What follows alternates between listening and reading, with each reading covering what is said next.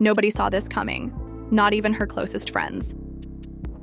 After spending 6 long, grueling years behind bars, Remy Ma has finally tied the knot with Papoose in what she's now calling her real wedding. But this wasn't just some quiet courthouse affair. Oh no, this was an emotionally charged, drama-fueled event that left everyone in complete shock. Whispers of betrayal, unexpected guest list changes, last-minute venue switches, and raw, heart-wrenching vows are flooding social media. Fans are struggling to make sense of it all. Was this a long-awaited fairy tale ending, or just the start of something even messier? Sources close to the couple are revealing that what went down behind the scenes was nothing short of explosive. Allegations about broken promises, outside pressure, and even questions about whether Remy was truly ready for this step. It all unfolded in real time. And while the cameras may have stopped rolling, the drama definitely didn't. Could this be Remy's redemption arc? Or has she stepped into a storm she wasn't prepared for? Stay with us, because what happened before, during, and after this wedding might just rewrite everything you thought you knew about their love story. This is bigger than vows. This is war. Dressed in white, Remy Ma's release from prison wasn't just a legal event. It was a cultural reset. 6 years, 4 months and 5 days behind cold concrete walls, steel doors, and the silence of being forgotten by the world outside. But through it all, one man remained, Papoose. Loyal, patient, and unshakably committed, he stood by her side in a way most people only dream about. Fans watched, jaws dropped, as Remy walked out that prison gate in heels and determination, greeted not by a cold ride home, but by a man who never let her name die in the streets. The rumors started the moment her feet hit the ground. Whispers of a wedding, of vows finally being exchanged, of years of waiting finally paying off. But if people thought it would be simple, just a dress, a ring, and a kiss, they didn't know Remy Ma. They didn't know the pressure, the buried resentment, and the deep emotional cracks that had grown quietly under the surface of their love story. Everyone expected tears of joy. No one expected confrontation. Not the kind that started the night before the wedding, when Remy found an old letter buried in a box of Poppy's things. A letter dated 3 years ago, promising that if she didn't make parole, he'd move on. She didn't show him the letter right away. Instead, she smiled through the final fittings of her dress, played the part of the glowing bride, and nodded when people asked her how it felt to finally be getting her happy ending. But inside, she was spinning. Not angry, not betrayed, confused. Did he still mean every word he said back then? Had he ever thought about walking away? And if he did, why pretend now that it never crossed his mind? The venue they chose wasn't typical. It was an old theater in Brooklyn, gutted and redesigned, with rose petals, chandeliers, and custom lighting that bathed the room in soft gold. It was dramatic, romantic, and uniquely Remy. Every detail screamed her taste, from the thrones they'd sit on to the all-black dress code for guests. But what people didn't know was that she'd changed the venue 2 days before the wedding, without telling Papoose. Originally, it was supposed to be a garden ceremony. She wanted something more enclosed now, more controlled. When she finally told him, his reaction wasn't what she expected. "Are you serious right now?" he asked, his voice steady but strained. "You just changed the whole location? Why?" "I needed it to feel right," she said simply. "This is my real wedding." That sentence hit hard. My real wedding. As if the vows they'd exchanged over prison phone calls, the tiny ceremony during a visit that only the prison chaplain and a few guards had witnessed, none of it counted. He felt the sting, but didn't say a word. He just nodded and walked away. Remy saw it, the way his shoulders tightened when he turned, the way he blinked hard, fighting whatever he wanted to say. Behind the scenes, tensions simmered. Fat Joe, always the big brother, pulled Remy aside. "You sure about this?" he asked, not unkindly. She looked him dead in the eye. "I have to be. Because if I'm not now, I never will be." He didn't push further.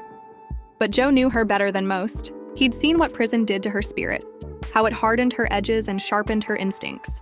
She was more calculated now. Not cold, but strategic. This wedding wasn't just about love. It was about reclaiming power. This was her re-entry into a world that had waited too long for her to return. On the day of the wedding, the energy was electric. Guests arrived dressed like royalty. The media tried to sneak in through back alleys, and a drone nearly crashed into the floral arch trying to get a top-down shot. But inside, something deeper was unraveling. Remy's bridesmaids were buzzing about something she hadn't yet heard. An uninvited guest was seen in the parking lot. Her name? Cynthia. The same woman Papoose had once been rumored to have a connection with during Remy's sentence. Remy didn't flinch when she heard the name. She just closed her eyes for a second, then nodded. Don't let her in. No screaming, no panic, just quiet control. But the damage had been done. Someone, somewhere, still questioned her place in this love story. And even if Papoose had nothing to do with it, the doubt was now in the air. The ceremony began late. Remy made them wait. As the music swelled and the doors opened, she walked down the aisle alone. No father, no brother, no escort. Just her. A statement. Her head held high, her eyes locked on him. He stood at the altar, looking both proud and slightly unsure. She could see it in the way he shifted his weight, how his fingers played with the edge of his sleeve. Something was different. When she reached him, he took her hand. She felt the warmth, but also the tremble. "You okay?" she whispered. He smiled, but it didn't reach his eyes. "I've never been more ready." The vows were supposed to be pre-written, short, clean, standard. But Remy had changed hers the night before, after reading that letter. When it was her turn, she took a deep breath. "You loved me when I was at my lowest. You stood by me when I didn't have anything left to give. But love isn't just loyalty, it's honesty. And today, I need that more than ever." The room went still. People leaned in. Even the cameras stopped moving. "I know about the letter," she said, her voice steady. "And I don't hold it against you. You're human. But I need to know, are you here today because you have to be? Or because you want to be?" You could hear a pin drop. For a second, Papoose looked stunned. Then slowly, he reached into his pocket. He pulled out the same letter, folded, creased, worn at the edges. He held it in the air for everyone to see. "I kept this," he said. "Not because I meant it, but because it reminded me of what I almost lost. Every day, I looked at this and told myself, never again." Remy blinked. For the first time, her eyes shimmered. "This ain't a perfect love story," he continued. "But it's ours. And if you'll have me reminisce, I'll spend the rest of my life proving that I never left." Not really. The guests broke into applause, some even wiping tears. But it wasn't over, because just as the officiant raised the mic to pronounce them husband and wife, the doors at the back of the venue burst open. The figure at the door didn't say a word at first, just stood there, letting the moment stretch long enough to steal all the oxygen out of the room. It was like someone pressed pause on everyone's breath. Cameras stopped, heads turned, and Remy's hand instinctively gripped the bouquet tighter. Her eyes narrowed, not in fear, but in calculation. She wasn't about to be shaken. Not now, not after everything. It was a woman. Tall, in a silver dress that shimmered like liquid, her hair pinned up, makeup flawless. And though no one said her name, everyone already knew who she was. The same name that had floated in the air like smoke for months. Cynthia. The rumors, the blog posts, the quiet conversations that were quickly shut down whenever Remy walked into a room. This wasn't just about timing. This was intentional. The security moved quickly, but Remy raised one hand to stop them. "Let her speak," she said quietly. The officiant lowered the mic. Papoose didn't move. His jaw clenched slightly, but he kept his eyes on Remy like he was silently waiting for her next move. Cynthia looked directly at her, not at him. That was the first surprise. "I'm not here to ruin anything," she said, her voice soft but clear. "I just needed you to know I wasn't what they said I was." Remy's expression didn't change. She waited. "We talked." "Yes," Cynthia continued, "but he never crossed a line. Not once. And when he realized people were trying to twist, he stopped everything. You were always his one." The room was dead silent. Then Remy nodded slowly, Not a smile. Just a nod. Just a nod. "Thank you," she said. "You can go now." And just like that, it was over. No drama, no screaming, no glass breaking. Just quiet control. The kind only a woman who'd faced courts, cages, and cold betrayal could command. Cynthia turned, heels clicking on the floor, and disappeared the same way she'd arrived, like a ghost fading into the curtains. The officiant, clearly rattled, asked softly, "Shall we continue?" Remy glanced at Papoose. "You ready?" He nodded once, stronger this time. "Then let's do this," she said. The ceremony resumed, but the energy had changed. The guests, now fully aware they weren't just witnessing a wedding but a battle-worn reunion, seemed to lean in deeper. When they kissed, it wasn't the soft, romantic kind. It was fierce. Final, like a contract being signed in blood and vow. The reception was held on the same stage as the ceremony. While staff flipped the space, behind velvet curtains, Remy changed into her second outfit. An emerald green satin dress, low back, high slit, dripping in diamonds. She emerged to cheers, her presence electric. Papoose, already in a custom black tux with matching green accents, watched her like she was the only thing in the room. And for him, she was. But just because the ceremony was done didn't mean the tension was gone. During the first dance, Remy whispered something in his ear, something only he could hear. "We good?" He looked at her. Really looked. "We always were," he said, but she wasn't convinced. Not yet. The after-party was where things really started to shift. Drinks flowed, the DJ had the crowd bouncing, and celebrity guests, from Fat Joe to Cardi B, took turns at the mic offering toasts. But Remy kept her eyes on Papoose, watching, measuring, trying to see if anything felt off. She didn't want to be the woman who got played in public again. She'd survived too much for that. Then around midnight, someone handed her a phone. A screenshot was on the screen. An Instagram story, posted just 10 minutes earlier. It was a blurry photo of her at the altar, taken from the side, captioned with a simple line. "Imagine marrying a man who lied for 6 years. No tag. No name." But the username was familiar. A burner account once linked to Cynthia. Remy didn't react. She handed the phone back, looked over at Papoose, who was laughing with a few friends at the bar. Then she walked over. "You need to see this," she said, handing him the phone. He looked, and the blood drained from his face. "I swear to you." "Don't." She cut in. "Don't swear. Just tell me. Is there anything else I need to know?" His voice dropped to a whisper.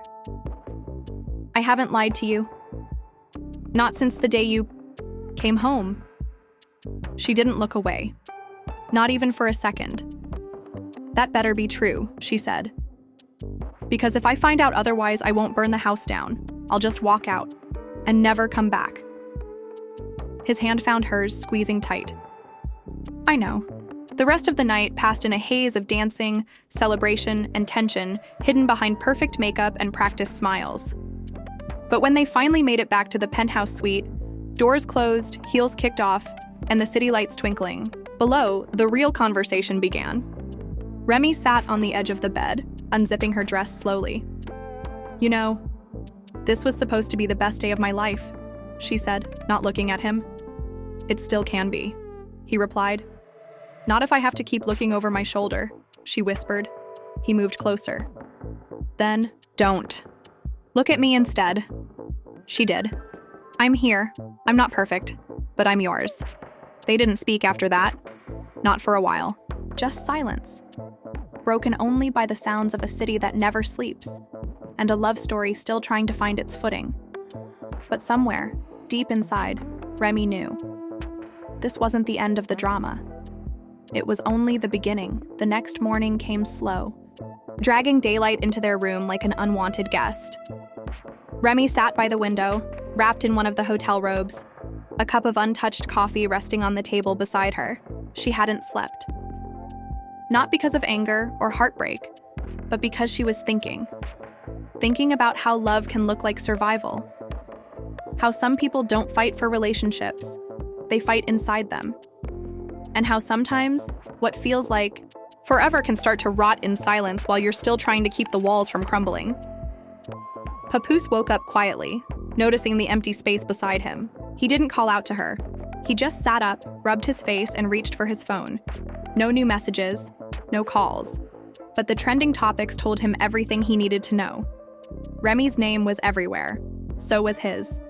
Cynthia's story had exploded. Overnight. Reposted. Analyzed. Dissected by influencers who didn't know the truth but loved the drama. One particular clip was making rounds. A podcast guest laughing while saying, "You can dress up loyalty in a tux, but betrayal always finds a way to walk down the aisle." Papoose walked over and sat beside Remy, not saying anything for a while.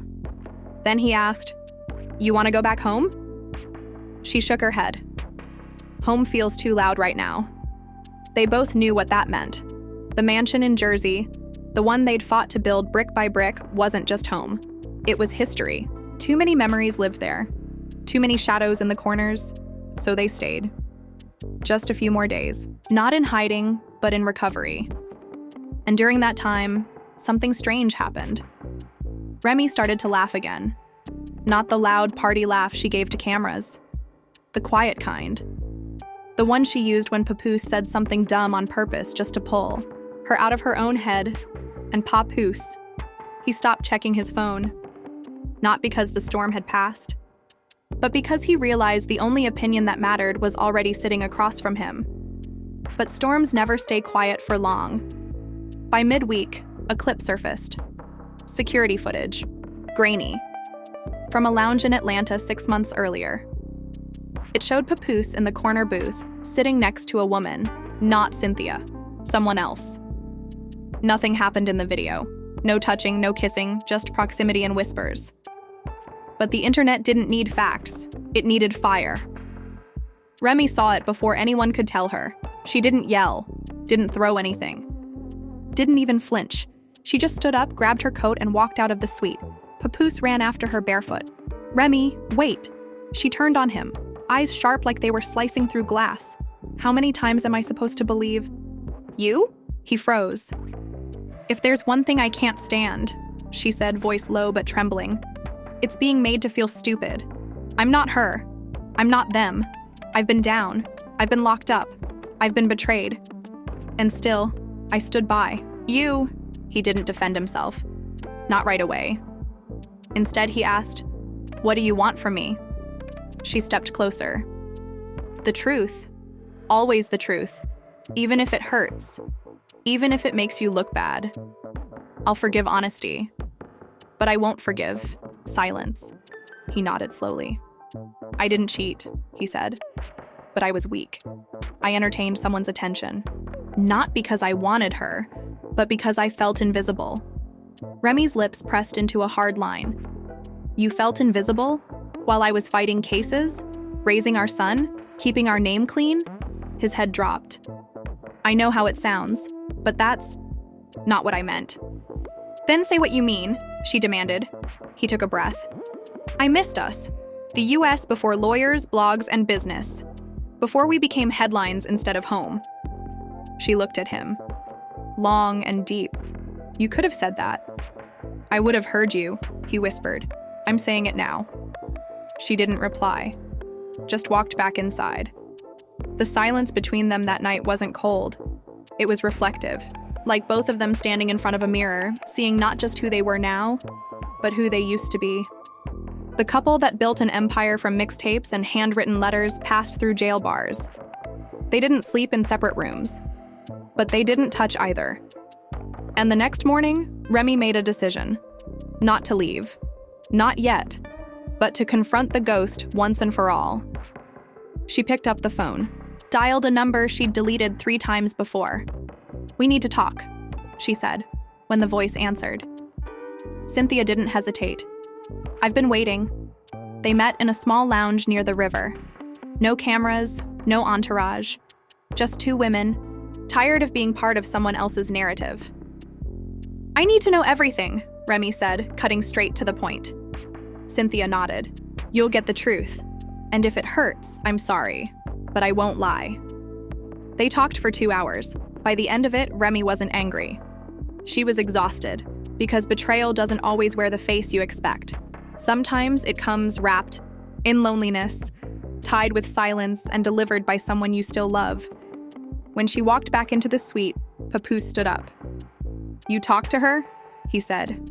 She nodded. "And?" Remy looked at him with something in her eyes he hadn't seen in weeks. "Peace. We'll be okay," she said. But she didn't smile. Not yet, because healing is a process. And trust isn't given. It's rebuilt. The days that followed felt different. Not lighter, not exactly happier, but quieter. Like the moment after a thunderstorm, when the air still carries the scent of rain and the ground is soft under your feet. Remy and Papoose weren't rushing anything. They spoke when it mattered, and stayed silent when it didn't. Sometimes the greatest form of healing is found in the things left unsaid, because if she could hate him, walking away would have been easier. But love complicates things. It makes fools out of people who've sworn to stay strong. And still, she stayed. Not because she was weak, but because she knew that forgiveness was a form of freedom. One evening, while their son was asleep in the next room, Papoose pulled out a small notebook. The same one he used to carry around when writing verses. He slid it across the table toward her. "I've been writing again," he said. "Not music, just thoughts." Remy opened it, expecting lyrics. Instead, she found pages of confessions scattered like broken glass. Not just about Cynthia, but about himself. About the pressure to stay relevant, the fear of aging out, the quiet jealousy he felt when Remy got booked more often than he did. He admitted things that had nothing to do with cheating, but everything to do with insecurity. She closed the notebook gently. "Thank you," she said. And she meant it. It wasn't perfect and it didn't fix everything, but it was honest. And honesty was something they hadn't had in a long time without strings attached. The next day, they went outside together. Just for a walk. No paparazzi, no handlers, no fans asking for pictures. Just two people moving through the world, trying to remember what it felt like to be normal. They passed a bench by the water where a young couple sat, laughing over some inside joke. Remy smiled. "Remember when we used to be like that?" she asked. "Yeah," Papoose said. "Before the chains and interviews?" She nodded. "Before the pain." But he reached for her hand and added, "We can still get it back. Maybe not the same way, but better. Stronger." Remy looked at him and didn't pull her hand away. And for the first time in weeks, she allowed herself to imagine a future that wasn't colored by scandal or resentment. Back at the suite, a call came through. It was her publicist. "You need to make a statement," they said. "The story's too big now. People are running wild with rumors." Remy didn't respond right away. After a moment, she said, "Let them. They'll move on to someone else next week." "But your image..." "I'm not an image," she cut in. "I'm a person." She hung up. Later that night, she posted something simple on social media. A black screen. No caption. It went viral within minutes. People speculated, guessed, created. Entire theories around a single black square. But Remy didn't care. She wasn't talking to them. She was talking to herself. A reset. A moment of pause. And in that pause, she started to feel whole again. Papoose saw the post and didn't ask what it meant. He just kissed her on the forehead and said, "Whatever happens next, I'm here." She didn't reply. She didn't have to, because some promises are better shown than spoken. Weeks passed. The headlines faded. New stories took over. Someone else got caught cheating. Another artist dropped a diss track. The machine kept moving. But inside their home, things changed. Small things, like the way Remy would play old-school slow jams while folding laundry, or how Papoose would randomly write her sticky notes and leave them on the mirror saying things like, "I see you," or "You still my queen." They went to therapy. Together and separately, they argued, sometimes loudly, but they always came back to the table, always chose to talk instead of walk. And slowly, the cracks began to seal, not perfectly, not with glue, but with gold, like the Japanese art of kintsugi, where broken pottery is repaired with gold lacquer, highlighting the damage rather than hiding it, making it more beautiful because of what it survived. Remy and Papoose weren't flawless, but they were real, and that mattered more than anything else. One evening, while their son was painting in the next room, Remy pulled out a box from under the bed. It held old photos, letters, memories from a time when their love was still new. She handed him a Polaroid. It was from their first vacation together. Both of them younger, wide smiles, holding cheap drinks under the sun. "You remember this day?" she asked. He laughed. "How could I forget? You made us miss the flight home because you wouldn't leave the beach." She grinned. "Worth it." They didn't say much more, but that night they fell asleep with the lights on and the TV still playing some old movie neither of them was watching. Their hands found each other under the blanket, fingers locked like they used to be. And in that quiet, sleepy stillness, something returned. Not the fire, not the passion, but the peace. The kind that only comes after you've walked through hell together and still choose to stand side by side. Remy would never forget what happened, but she also knew that forgiveness isn't about forgetting. It's about deciding that pain doesn't get the final word. And in the end, that decision made all the difference. If you believe that trust and truth are the real victories in any relationship, then hit that like button right now. Drop a comment and tell us, if you were in Remy's shoes, would you forgive? Don't forget to subscribe to the channel and tap that bell icon so you never miss another jaw-dropping story like this. We'll catch you in the next explosive video. Until then, take care of yourself and remember, sometimes real life is messier than any scripted drama.